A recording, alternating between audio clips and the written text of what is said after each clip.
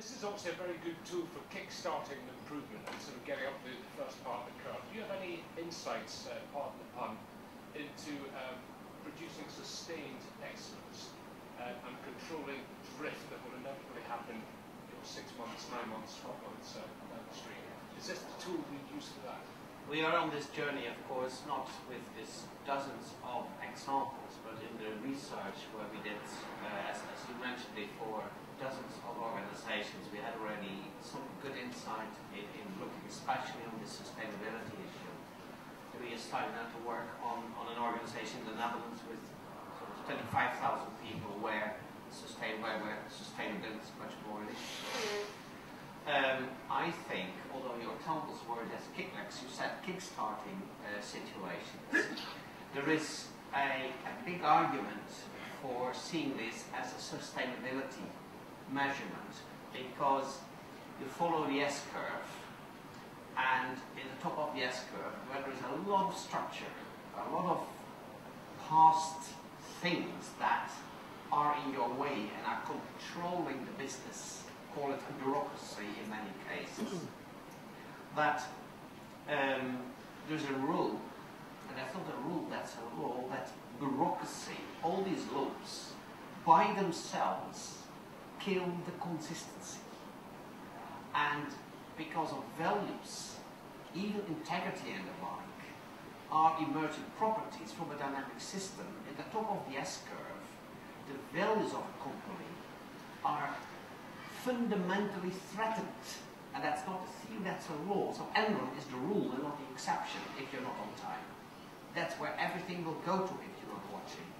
And you see that in an act cube, like when you see controlling departments like financial, and you see there, for example, very low consistency.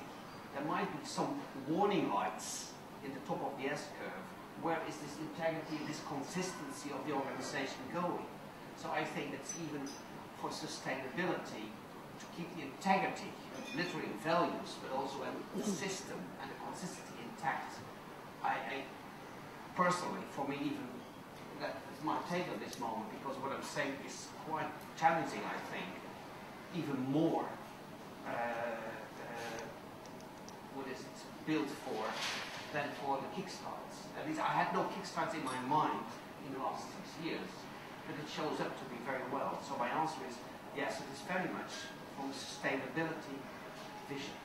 I wish it was 3 years ago. I wish I had 3 years of profit from a client, had more time. I would still, knowing what I know now, I would still use the approach. So if it's around driving just efficiency and sustainability, I think the techniques are equally as valid. In fact, might be more impactful because you've got less complexity to deal with and a bit more time perhaps to get your head around some of those challenges. You're choosing a lifestyle change, not a diet. If you're going to do this for a year, you might get some return on it, but I'm not sure you'll get really the full. If you choose to take a different leadership approach, if you choose to drive alignment through your organisation, to deal with some of the diversity and hotspot challenges that emerge, to bring laser clarity to what your key strategic goals are, and only care about them. But as tension happens, you're mature enough to force those discussions out on the table and face into them as an organisation. When you get that happening, it doesn't matter where you are on the S-curve. You will perform more effectively. And so I think my example is maybe not helpful in that way, because actually I think that leadership approach will make a business impact wherever you are on that cycle. We're just about to have our 5th MD in 5 years. So how much of it is a top-down approach and how much of it is lost as a result of losing your overall sponsor? So what things can you put in place that can sustain if you've got that kind of scenario? I can talk about the HBOS experience, for example. So I'm no longer with HBOS, and but I know my successor. I've spoken to them, and some of the principles are very much alive. So the clarity of critical success targets, the management framework that was put around those strategic goals exist. Of course, they brought their own personality to it, but the important factor is they're still working with the team. So most of most of my team are still there. And because they were part of creating that, it wasn't a Martin thing, and then their voice resonates fully. I do think though that the leader, the ultimate leader of the unit, has to support it. So it can't be bottom up. So it's like my HR director point. The HR director has to get the CEO to buy into it, or it'll be an interesting exercise, but no change will happen as a result. So as the new MD comes in, if they worked that way before, there's always a risk they'll have a different approach.